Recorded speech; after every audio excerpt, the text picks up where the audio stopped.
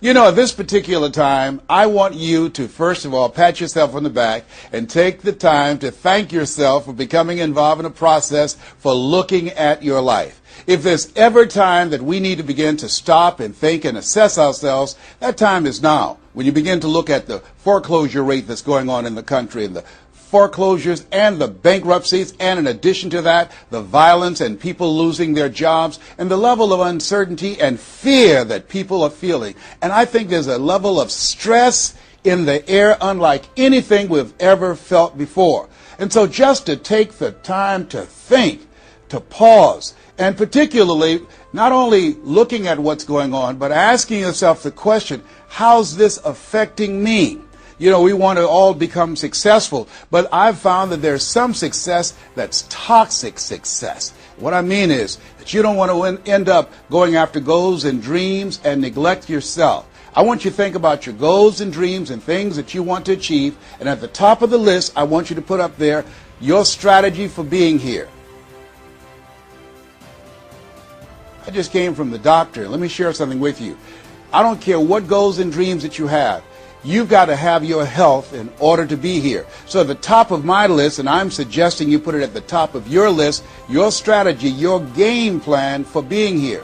What are you going to do to take better care of yourself? That's one of the first things I want to ask you about. Because when I look at my life at 64, and I used to think people in their 50s were old, but now that I'm 64, I said, look here, people in their 80s and 90s, they're old people. My goal is to be here not only just to see my grandchildren, but to see my great-grandchildren and my great-great-great-grandchildren. But in order to be here, that's not just lip service, that's a commitment with my time, with my energy, and the choices that I make.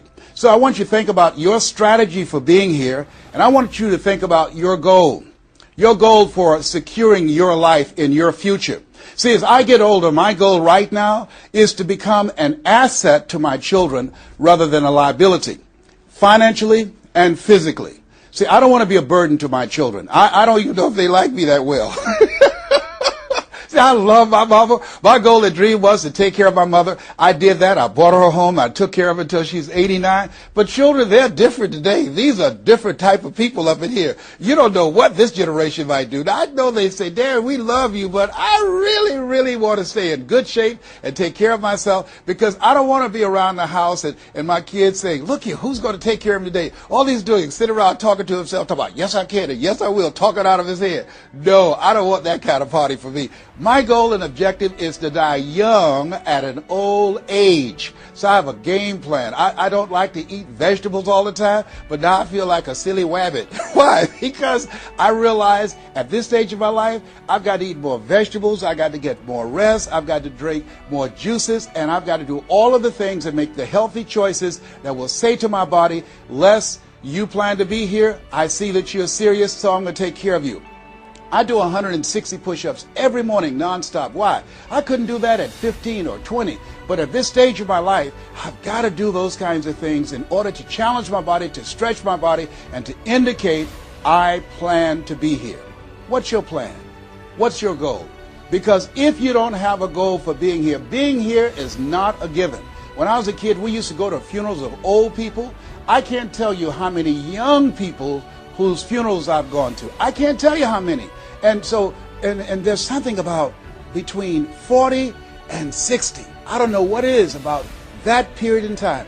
Between 40 and 60, if you're approaching 40, I can tell you, and you already know, life begins to intensify. Things happen to you, and things happen to people you care about. Between 40 and 60, if you can make it through that period, you can take a deep breath, because most people don't make 60. Most people don't. And why? And I think it's because people just take it for granted that they're going to be here. So I want to share with you some goals and strategies as you think about your goals. I want you to visualize yourself having optimal health. Having your right mind. I used to ask my mama, Mama, every Sunday you stand up in church and other older members of the church say, I want to thank the Lord for waking me up in my right mind this morning. Why do y'all say that all the time? She said, don't worry, son. You live long enough, you'll find out. She was absolutely right. I went in the room the other day to find something. I got in there, and I couldn't remember what I was looking for. I came out, I remembered what I was looking for. I went back in, I found it. Then I couldn't remember why I was looking for it. One of my children said, Daddy, you need some ginkgo biloba. I said, what's that? She said, something for your memory. I went down to the health food store. I was walking around. The lady said, may I help you, sir? I said, I forgot why I'm here. She said, you need something for your memory. I said, I know. So they took me over to a little section, and I bought the stuff, and then I took it home. Now, I can't remember where I put it. So when I got up this morning, I said, I want to thank the Lord for waking me up in my right mind this morning. See, if you woke up in your right mind this morning, that's a good thing. I called a friend of mine the other day, Miss Williams, said, Miss Williams, how you doing? She said, baby, I'm doing good. She said, I went to the bathroom by myself, not all myself. I said, too much information, too much information. Let me tell you something, but that's a good thing. I know about that. I've been in the hospital. I know what it is not to be able to move. I know what it is to have back challenges. I know what it is to be in pain. So this thing called life, you've got your health. Let me share something with you. That's a good thing. A friend of mine, Bishop T.D. Jakes, said, if you got a problem man or money can solve, you ain't got no problem. I can agree with that. And I learned some things going through that experience. And really, I should say, growing through that experience. My goal at that time was to be here. And trust me, it's better be seen than to be viewed. Are you feeling it, brother? Up in here, up in here. So I want you to think about your goals and dreams. And here's what I want you to do right now. I want you to say to yourself, it's possible. It's possible. And I want you to follow along with this process. As you think about your goals and dreams, I want you to write this down. I'm going to give you some strategies of maintaining this possibility mindset. I want you to write down mindset maintenance. Mindset maintenance. Let me share something with you. The easiest thing that I do every year is to live my dream. That is, helping people to realize their potential, to step into their greatness, challenging themselves, reinventing themselves, to start their own businesses. I've helped over 400 people earn millions of dollars. The easiest thing I do every year is what I do on a day-to-day basis, going into prisons and juvenile detention centers, teaching young people mindset development, how to become effective communicators, how to dress like a prospect rather than a suspect. Those are the easy things that I do. Let me share with you the most difficult thing that I've ever done in my life. And that was to believe that I could do it. That's the most difficult thing that I've ever done in my entire life. To believe that I, Les Brown, who was born in an abandoned building on a floor in a poor section of Miami, Florida, with a twin brother.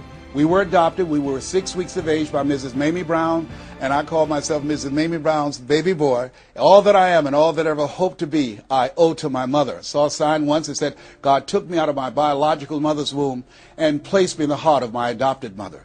To believe that I, Les Brown, who was labeled educable mental retarded, put back from the 5th grade to the 4th grade, failed again when I was in the 8th grade, to believe that I had the ability to live the life that I'm now living.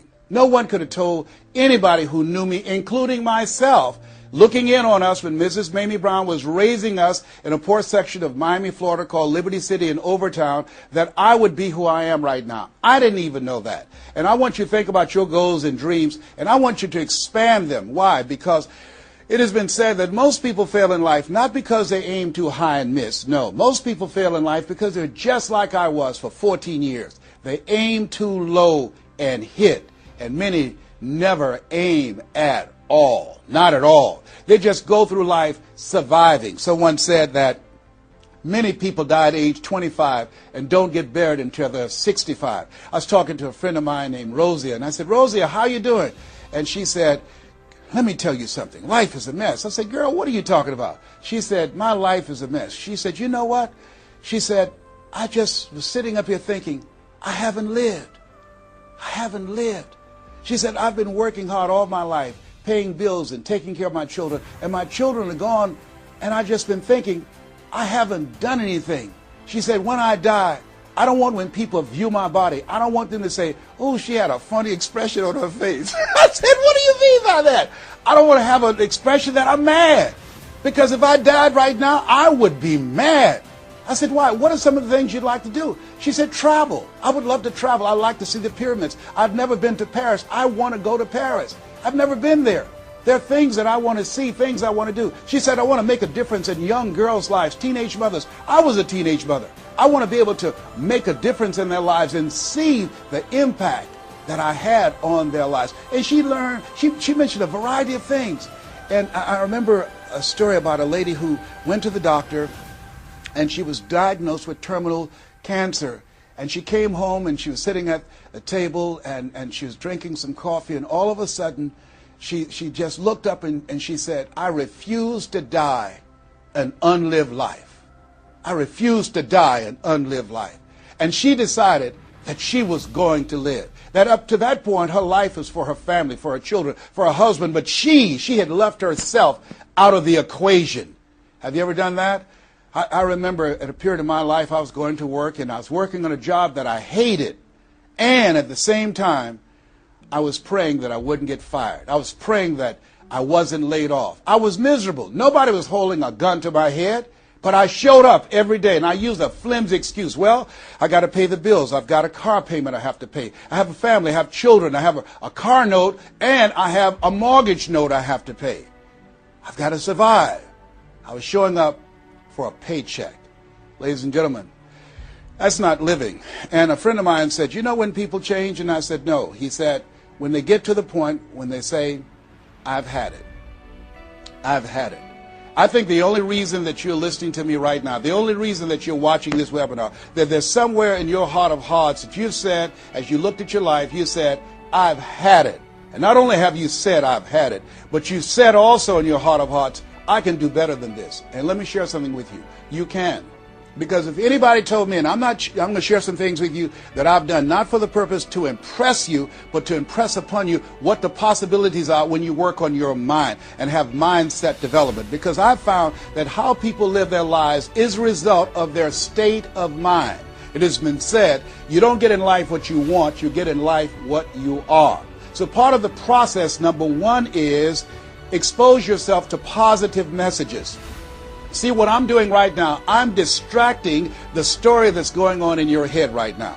How you live your life, how I live my life, how all of us live our lives is a result of the story we believe about ourselves. And most of us are born into stories. I was born into a story where we were poor, but we didn't know it. I didn't know we were poor until I got on a bus with my mother going to do domestic work on Miami Beach. And when we crossed the Venetian Causeway and I saw those big, beautiful hotels, and I was in the homes with my mother making up beds and cleaning, and we ate the food left over from the families that she cooked for. And we wore the hand-me-down clothes of the children that she kept. And I kept saying, "Mama, what is it, boy?" As we got ready to pack up to go back home and to Overtown and Liberty City and all the poverty and filth and the violence there, I was saying, "Why can't we stay here? Why can't we stay here?" She said, "Leslie, we can't." "Why?" "Because we can't." "Why, Mama? Why can't we?" She said, "It's just the way it is. Now shut up." And I kept saying to myself, why is that the way that it is? And I guess I was okay for Wesley and Margaret Ann and Leonard and Angelo and Sharon and Linda, but it wasn't okay for me. I was curious. I wanted to live like Mr. Sidursky lived. I wanted the big car that he had. I wanted that big home that he had.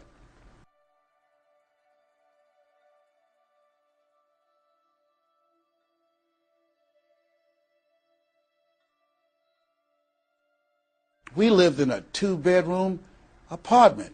It was 7 of us, plus Mama. He had a big mansion, just 3 of them, 10,000 square feet. I said, "Mama, what is it, Leslie? One day I want to buy you something just like this." My brothers and sisters, when we were on the bus going back, they were just engaged in playful things. I was thinking and dreaming. Mama didn't understand why I was thinking like that, because I'd been exposed to positive messages. I had to take care of Mr. Sidursky. I had to shine his shoes and clean his office. And every day when he was listening to motivational messages, I was hearing those things too. Earl Nightingale, we become what we think about. All of us are self-made, but only the successful will admit it. In order to be successful, you must be willing to do the things today others won't do in order to have the things tomorrow others won't have. Your mind is a machine. You must program yourself for success. Wow. When I heard those words, I said, wait a minute. I can program my mind for success. I can program my mind for wealth. You can too. Trust me. I've earned over $55 million in the last 28 years. Anybody told me that I would be doing what I'm doing right now? I spoke recently in Sweden. They paid me 40,000 euro for an hour's speech. I had no idea. that this Les Brown that you now see had the ability to do that. I used to work for the Miami Sanitation Department as a garbage collector. I used to be a janitor. I used to do door-to-door sales. I used to work for Sears in Miami on Biscayne Boulevard. I had no idea this Les Brown that you now see had the ability one day to give lectures at Harvard or Yale or Dartmouth University. I had no idea that this Les Brown existed. I don't tell you that to impress you, but to impress upon you. There is more in you. Simba, there's more in you than you have been expressing. All of us have seen Lion King, some great symbols in there. And I say to you, there's more in you right now than's represented in your bank account. There's more in you right now that's being reflected by your life right now. Your life is not a true reflection of your potential. You have greatness within you. You have the ability to do more than you can ever begin to imagine. There's a reason that my favorite book says, as a man thinketh, so is he. And as he continues to think, so he remains. In order for us to begin to break into that level of greatness that we have within ourselves, you have to make a conscious choice every day to expose your mind to positive messages. So I put myself on a regimen. I do this every day, and I suggest that you do it. Write this down. Number one, listen to motivational messages every day. If you have Choosing Your Future, a set of tapes, the CDs that we produce, or Creating Your Greatest Life, I guarantee you, if you do what I'm sharing with you right now, for 6 straight months, every day, your life will never be the same again. I guarantee it 100%. You listen every day for 1 hour to Creating Your Greatest Life, any of those messages, because faith comes by hearing and hearing and hearing. What it will begin to do is interrupt the story in your mind. It will override the story that you believe about yourself. It will distract all the negative thoughts that you have that's holding you back, that held me back for 14 years. When I used to go see the #1 motivational speaker on the planet, Zig Ziglar and Tony Robbins, and my heart said, I can do that. I love to help people. I'm just like my mother. And then my mind would ask how. And I went from my heart to my mind. And my mind would say, Les Brown, you don't have a college education. Les Brown, you've never worked for a major corporation. Les Brown, you were labeled educable mental retarded. They call you DT, the dumb twin. You're not as smart as your brother. Have you ever thought about something you wanted to do and you convinced yourself that you couldn't do it? See, sometimes we need to have some external voices. And so by listening to motivational messages, that began to override the negative thoughts that I had about myself in my mind. And it gave me a new story and empowered me and gave me a vision of myself beyond my circumstances and mental conditioning and started me to writing a new chapter in my life. And so now, money will never be another issue for me. And that was an issue for most of my life because I didn't know what I didn't know and I thought I knew. So one you have to do is that you have to have a mindset development strategy where you are deliberately taking an hour every day listening to a motivational message. Every day. Here's something else. Read 10 to 15 pages of something positive every day. Why? And read it with conviction and stay focused. 10 to 15 pages every day. This is 7 days a week? Absolutely. Absolutely. Every day, McDonald's know that you know where they are. Burger King know that you know where they are. But every day they have some advertising. They have billboards, they have radio, they have television. Why? Because by exposing you to those messages, that will begin to impact your behavior. And it will drive you into the place to purchase what they're advertising. Now you're advertising for your greatness. And faith comes by hearing and hearing and hearing and hearing. So you want to listen to positive messages every day. You do this, I'm telling you, your life will never be the same again. And read 10 to 15 pages of something positive every day. I read 2 to 3 books a week. Why? Because I have goals and dreams of things I want to achieve. I want my life to count. I want to make a greater impact. At this stage of my life, I'm working on my children's education. A good man leaves a legacy for his children's children. So I'm working on their education at this point in my life. And as I begin to look at myself, in order to achieve more and to do more, I know I have to work more in my mind. And let me give you an example how this works. The most money I've ever earned in an hour and a half, $260,000. That's the most money I've ever earned in an hour and a half. A lot of people work a whole month and don't do that, or 6 months. Then, and this is the next thing I want you to do.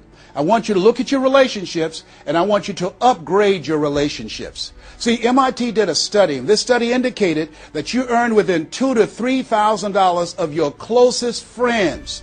Not only did I start reading books every day and listening to positive messages, but I separated myself from my friends who did not have goals and who did not have dreams. Why? Because people rub off on you. It's called a mind virus. you earn within $2,000 to $3,000 of your closest friends. So when you upgrade your relationships, you got to ask yourself the question, who is it that I need to associate with, that I can learn from, that I can grow mentally, emotionally, spiritually, and financially? By aligning myself with another person that I can learn from. And Dr. Dennis Kimbrough said, if you're the smartest one in your group, you need to get a new group. Whoa, think about that. I was the smartest one in my group. Then one person called me who had been admiring me for years and said, Les, I want you to coach me and my trainers on how to tell a story and create value for an audience. And I want to share with you some things. I want to teach you some things, old man. I said, is that right? He said, yes. You always say you're never too old to learn and you're never too young to teach. I want to teach you some things. I said, okay, I'm open to that. Now let me share this with you. He blew my mind. The most money, as I mentioned to you, I've ever earned, speaking to over 8,000 people in Salt Lake City, Utah, $260,000. I did an event with this individual, just over 500 people, because of what I learned from him. Because I upgraded my relationships, I earned over $410,000 in an hour and a half. I was excited, but I was also depressed because I've been speaking for 28 years. And I started thinking about all the money that I left on the table, all the hotels and plane rides, all of the audiences I spoke to, all of the money that I missed out on because I didn't know that I didn't know, and I thought I knew. I was a big fish in a small pond. I can't tell you, if you don't get anything else, you have to look at your relationships and you've got to ask yourself the question, what is this relationship doing to me? And I mean in every area of your life. When the doctor looked at me and said, you have cancer. Cancer is the most feared word in 7 different languages. One of the first things I had to do, I found out who had cancer at some point in time or was living with cancer and conquered it. I surrounded myself with people who had done what I wanted to do, who were winning at the game.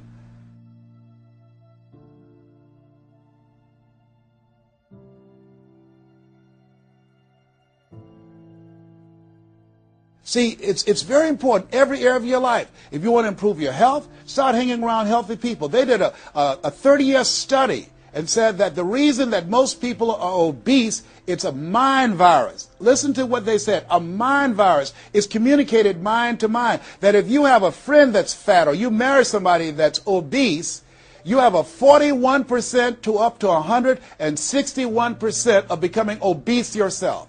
Even if they live in another state. Whoa, why? Because birds of a feather flock together. Never forget, a high school teacher, Mr. Leroy Washington, said, Mr. Brown, if you run around with 9 broke people, I guarantee you, you'll become number 10. Whoa. Think about that. Part of your mindset development, not only listening, not only reading, but you have got to look at your relationships, upgrade your relationships, and continue to evaluate them and make sure they're an asset to you and not a liability. My son John Leslie is a motivational speaker. He has a saying, who should you count on and who should you count out? See, there's some relationships that can start out real positive, and then sometimes we outgrow people. Has that ever happened to you? Have you ever outgrown someone? Somebody you used to be close to, used to be your bosom buddy, and then you haven't been together for a time, and then when you get together, you have absolutely nothing in common. Sometimes that happens with family members.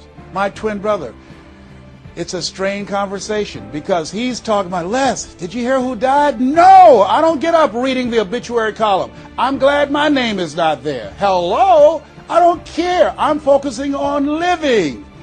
Our conversations are so different. Isn't it interesting how you could be raised in the same family, same circumstances, by the same parents and end up dramatically different? It's called life. Here's the other thing that's very important. Write down the goals that you want to achieve. Write them down, put them on a 3x5 card, And I want you to use a King James Version Bible and Matthew 7:7, ask and it shall be given, seek and ye shall find, knock and it shall be open unto you. I want you to write that on one side of the card. On the flip side of the card, I want you to write down one major goal that you want to achieve. And you want to read that 3 times a day. 3 times a day. What are you doing? You're hypnotizing yourself. And you're dehypnotizing yourself. What you're doing is you are dispelling the myths and all of the spells that you're living under. I think that a poverty mindset is a spell. I think that people go so far, and because they're mesmerized by life, they unconsciously stop. And you have to break that spell by constant attention. So on one side you read your goal, that one major goal, 3 times a day. Then the flip side, you flip that scripture over. Ask and it shall be given. Seek and ye shall find. Knock and it shall be given unto you. As you read that every day, 3 times a day, I can tell you, amazing things, breakthroughs will happen for you. Now, we're going to take a break right now, and I want you to take the time to think about this one thing. What is it that you're going to do differently? Because in order to do something you've never done, you've got to become someone you've never been. You've got to be willing to give up who you have been to give birth to who you can become. I want you to take the time and write down one radical change that you're going to make about you, and you know if you do that, your life will never be the same again. This is Mrs. Mamie Brown's baby boy Les Brown. We're going to take a break right now, and we'll be right back.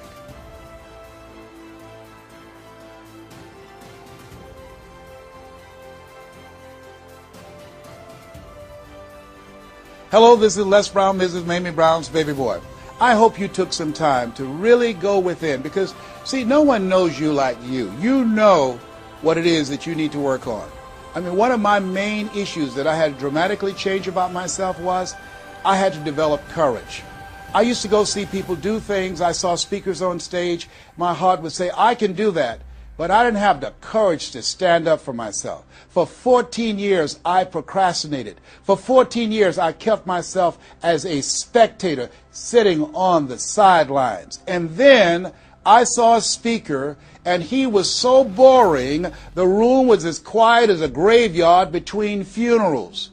And I said, whoa, if he can do it, I know I can do it. And because I saw what he did, and his brother-in-law was sitting next to me, and he said, you ought to be that boring and earn the kind of money he earned. I said, how much do they pay him? He said, $5,000. I said, $5,000? He's only been talking for about 45 minutes or an hour. He says, that's how much they make. Now, I wasn't earning $5,000 a month. I said, wait a minute. If he can do that, I know I can do that. Have you ever done that before? He gave me courage. And so at that moment, now that was a decision. I didn't have to have his example of somebody that was less talented than I was to give me the courage.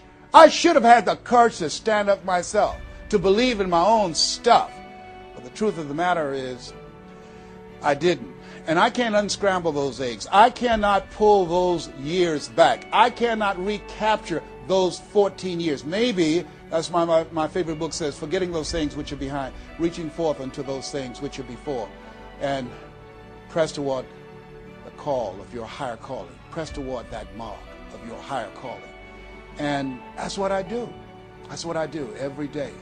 I have to continue to work up the courage. I remember going in to do a presentation before a group of educators. I was the only one there without a college degree. And I had to talk to myself. I went into the bathroom and I said, Les Brown, let me tell you something.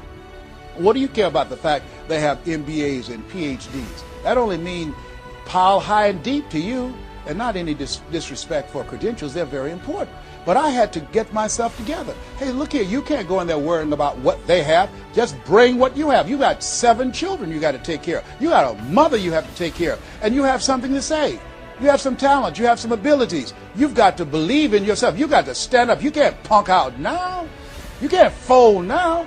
See, sometimes you have to talk to yourself. It might be the most intelligent conversation you will ever have, talking to yourself. So that radical change, it doesn't happen overnight. You can make the decision, but you've got to stay on top of yourself every day to come from and live your life from a place of power, courage, and faith, as opposed to being a volunteer victim, as most people are.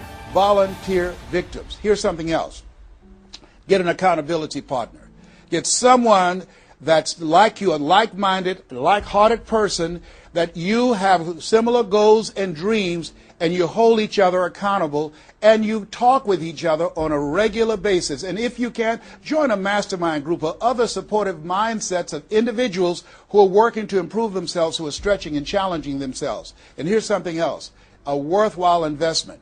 Find yourself a coach. Find someone in your industry, find someone in your area of interest that you can invest in yourself and have an accountability coach. I have a coach. I spend over $100,000 a year on my personal growth and development on my coach. Why, Les? You're Les Brown. You were selected one of the top 5 speakers in the world. You got the highest award from Toastmasters International and the National Speakers Association. You're one of the highest paid speakers in the world. Why would you need a coach?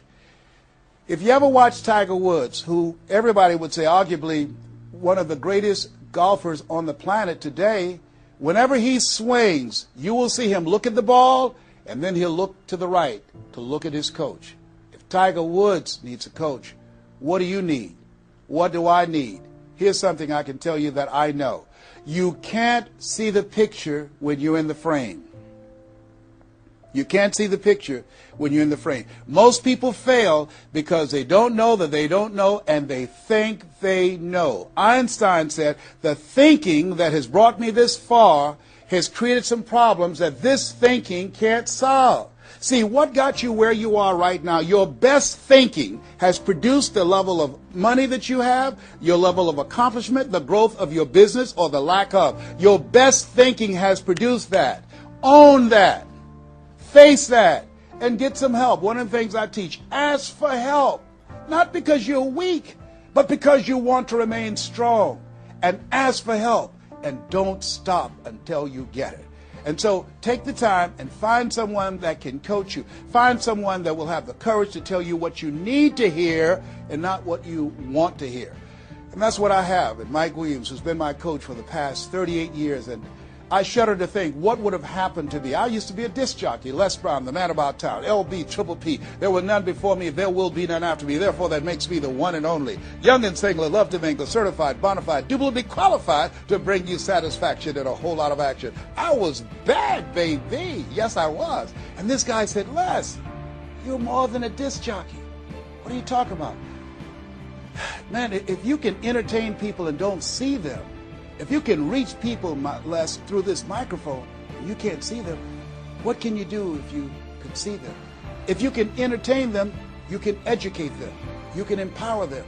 If you can be Les Brown, the man about town, and you can swim to the bottom of the deepest ocean or climb to the mountain, the top of the highest mountain, no matter where you go, they'll be talking about me, LB, Triple P. If you can come up with all of that kind of gobbly-gob garbage, what could you do if you sat down and you started thinking and doing editorials about things that's maintaining our detriment?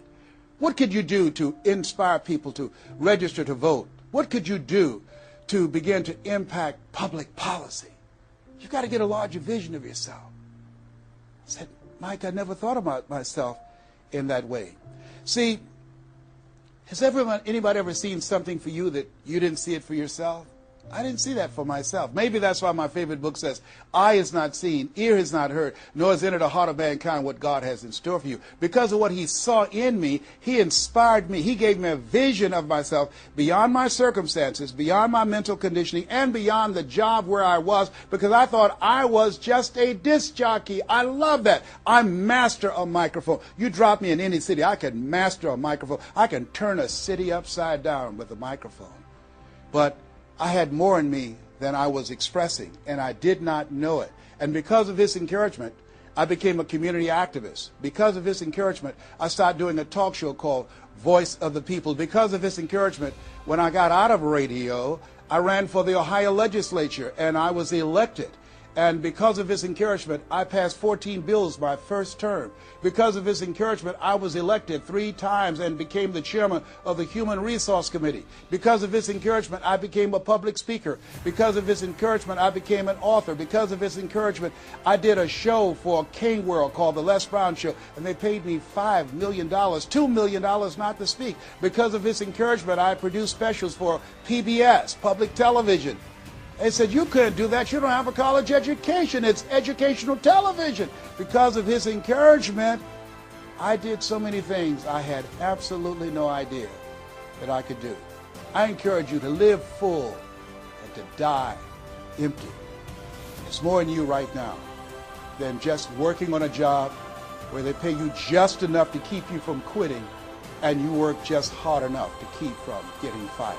And when you make the decision and identify that key area of your life that you need to make a radical change, things will begin to open up for you. Now here's the other thing that's very important. Once you identify your goal, I want you to get, if possible, a visual picture of your goal. My major goal was to buy my mother a home. I got the picture of the home with a 12-foot swimming pool and a basketball court on a golf course. I bought that home for my mother. It cost just over $400,000, 10,000 square feet. I had a picture long before I had the money and the down payment to get it. My goal was to be known nationally and internationally as a speaker. I had that goal. I had a card that I had on one side, asking it shall be given, seeking ye shall find, knocking it shall be opened. On the other side I had, I'm the world's #1 orator. I produced that result in my life. I had a goal of becoming a talk show host. I used to watch Phil Donahue, and I put my picture on the screen of the television. As I listened to the program, I visualized myself there, and I was called by King World Production, and I had my own talk show. Well, it was the highest rated, fastest canceled talk show in the history of television. Well, at least I had one. It's called Light.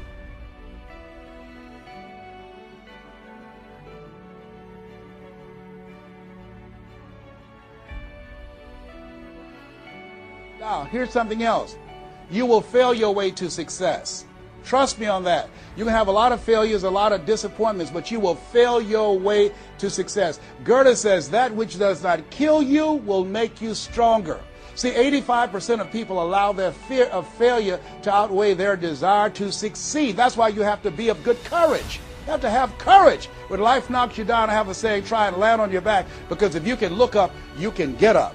So once you look at and decide the goal that you want to put some things, put a treasure board or a goal board and have pictures of the goal that you want to achieve so you can see it every day when you get up in the morning and the last thing at night. You're programming your subconscious mind where 9 out of 10 decisions that you make comes from there. Here's something else.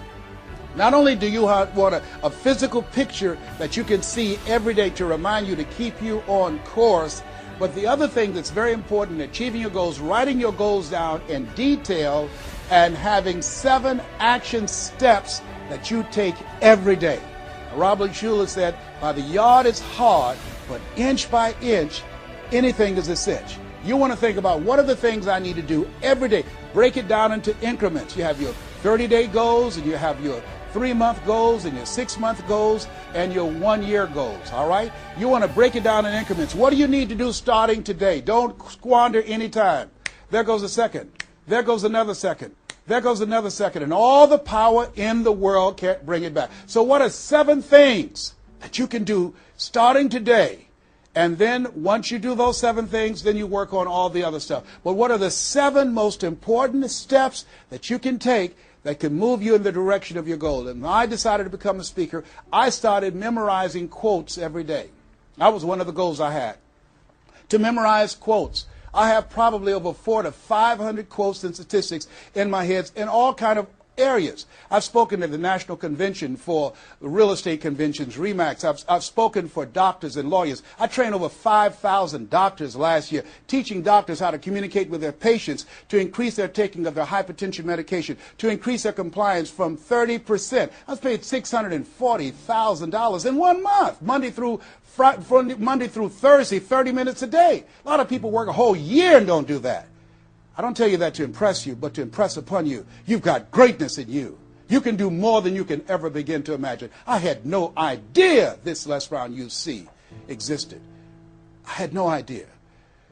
And the reason that you're watching me now is because you know in your heart of hearts that you can do what I've done and even more. And so as you begin to think about that, think about writing your goals down, listening to motivational messages, changing your relationships, upgrading your relationships, thinking about 7 things you need to do every day, some radical change you need to make in you. There's an old African proverb that says, if there's no enemy within, the enemy outside can do us no harm. Here's something else that's very, very important. As we talked about having a personal coach, the next thing that's important about reaching your goals is this. What is it as you look in your past that's affecting you right now?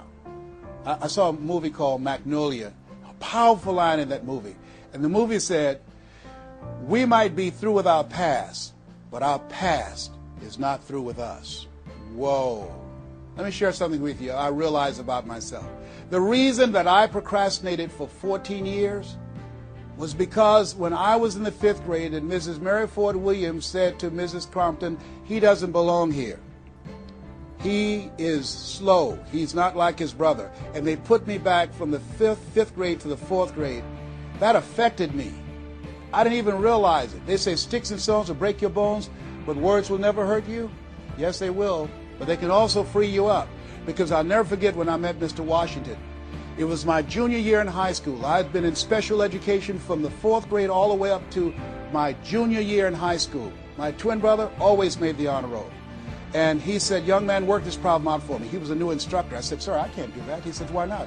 I said, I'm not one of your students. He said, look at me. Yes, sir. Work the problem out anyhow. I can't do what you're asking me to do, sir. Why? Sir, because I'm educable, mentally retarded. And the students erupted in laughter. They said, hey, he's DT. He said, what's that? He's the dumb twin. He's not Wesley. That's Leslie. And he came from behind his desk and he said, don't ever say that again.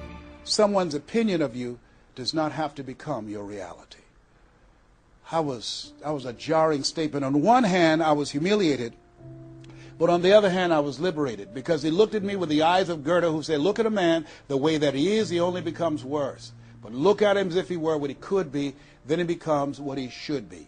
And here's what I learned from that experience. I want you to visualize yourself already there. Whatever goal, whatever dream that you have, see the picture complete. See yourself there. Why? We have something at the base of our brains called the reticular activating system.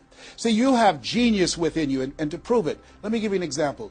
The other night, I said, I've got to get up tomorrow morning at 7 o'clock. I was at a hotel. I called downstairs and told them to call me at 7 o'clock. The hotel neglected to do it, but I woke up at 7 o'clock on the nose. Have you ever done that before? How did you know when to get up? Hey, that subconscious mind. Everything we need, the answers are already there. Have you ever seen somebody and said, you know what, I remember your face, but I don't exactly know where. And then later on you say, hey, I know where I saw you, and it came. What happened? The conscious mind sent that thought to the subconscious mind, and it pulled that information up and gave it to you. Now, when you begin to hold the vision of what it is you want to achieve, you stimulate what is called the reticular activating system. It's a network like group of cells at the base of your brain. Let me share with you how it works. Have you ever purchased a car? No one goes to buy a car that has the same color that everyone else has. Has that ever happened to you before? But then once you buy the car and you drive it off the lot, you start seeing it everywhere. Say, hey, where did this come from? Let me tell you what happened. You made an investment. And because you made an investment, that piqued your awareness, that stimulated your reticular activating system. Another case in point. I was at a party with a friend of mine, and we were dancing, and the music was blasting, and she said, wait a minute, my son is crying, he's at the door. I said, your son's not at the door, because even if he were, you wouldn't be able to hear him. And she stopped, went to the door, opened the door, and there her 4-year-old son was at the door. How did she hear it and I didn't hear it and the other people dancing? It wasn't our child. It was her child. Her reticular activating system picked up his whimpering sound. And I'm saying to you that you have that in you. When you focus on your goals and dreams and you visualize it complete, it will stimulate the reticular activating system and it will lead you there following all the other things that we suggested. Now, not only is it possible you can live your dream, it's necessary that you change relationships, that you get a coach, that you meet with other like-minded people that will hold you accountable, that you write your goals down, that you have 7 steps that you do every day on your goals to monitor to see where you are. But you've got to take full responsibility.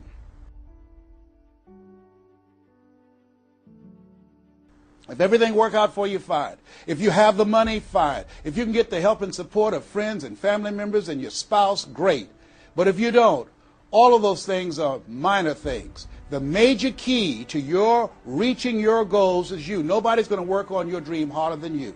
Trust me on that one. You've got to take responsibility to make it happen. If it happens when you come out the gate, fine. But if you fail, so what? Come back again and again and again and again. If it's something that you love, if it's your passion, until you do it.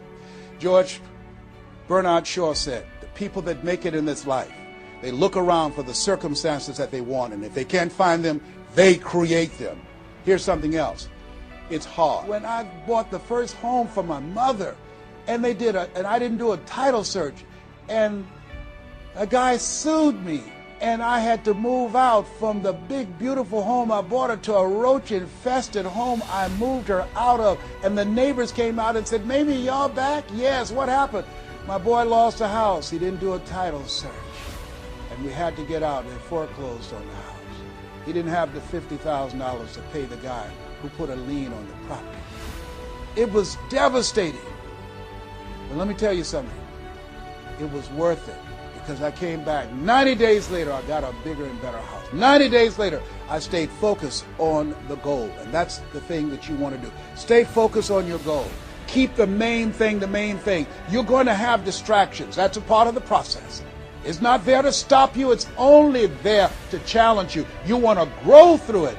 You know, I think it was Robert Schuller who said, "Tough times never last, but tough people do." Keep the main thing the main thing. You going through hell? Don't stop. Keep moving. Keep on moving. Don't stop to talk about it. Keep moving. That's the name of the game. Keep on swinging. One of my favorite movies is Cool Hand Luke and Paul Newman. I don't know if you've ever seen the movie, but there's a scene where Cool Hand Luke is fighting a guy, big dude, just kept knocking him down. Bam! That kept on knocking him down. Cool Hand would get up, he'd knock him down. Bam!